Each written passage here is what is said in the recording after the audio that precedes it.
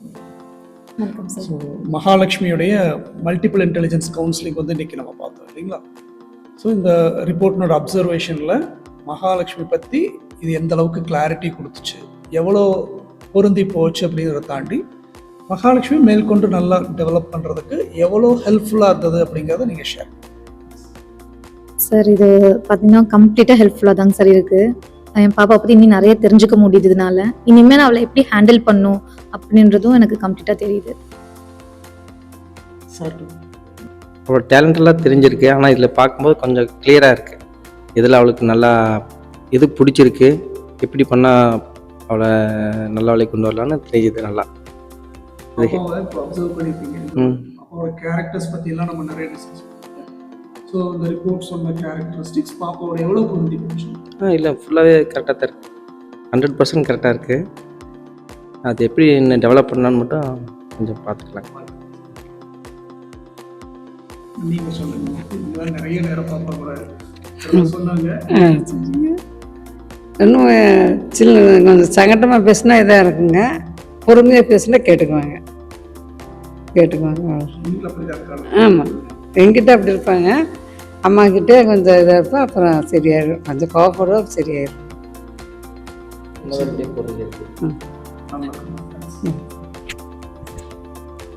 என்னென்ன பாயிண்ட்ஸ் எல்லாம் உங்களுக்கு கேட்சிங் பாயிண்ட்ஸ் சொல்லி கொடுக்கல, அதெல்லாம் கூட படிங்க சொல்லுங்கள். பாப்பாவோட ஃபேவரட் ஹாபி என்னன்னு தெரிய வந்துச்சு. அவளோட ஆக்ஷன்ஸ் தான் அவளுக்கு ஹெல்ப்ஃபுல்லாக இருக்கும் நீ வரப்போகிற டைம்ஸில் எல்லாமே. அதே மாதிரி அவள் சிங்கிங்கில் நாம் அவளை தாராளமாக ஜாயின் பண்ணலாம். அவளோட ஃப்யூச்சருக்கு அது ரொம்பவுமே யூஸ்ஃபுல்லாக இருக்கும்.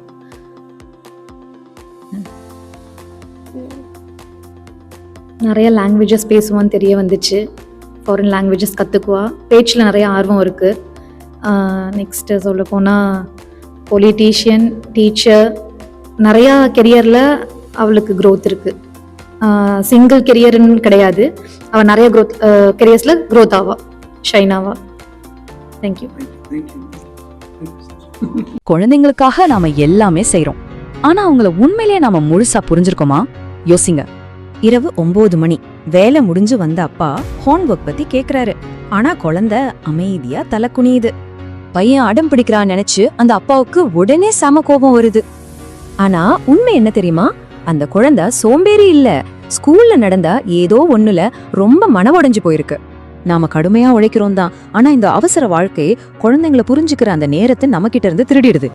இங்கதான் நாம மாறணும். குழந்தைங்கள மாத்த நினைக்காம அவங்க எப்படி சிந்திக்கிறாங்கன்னு முதல்ல நாம புரிஞ்சுக்கணும். அடுத்து ஒவ்வொரு குழந்தைக்கும் ஒரு ஸ்டைல் இருக்கும். அவங்களோட அந்த தனித்துவமான கற்றல் முறை என்னன்னு நாம கவனிக்கணும். மிக முக்கியமா எந்தெந்த விஷயங்கள் இயற்கையாவே அவங்க ஆர்வத்தை ஈர்க்குதுன்னு நம்ம கண்டிப்பா தெரிஞ்சுக்க வேண்டியது ரொம்ப அவசியம்.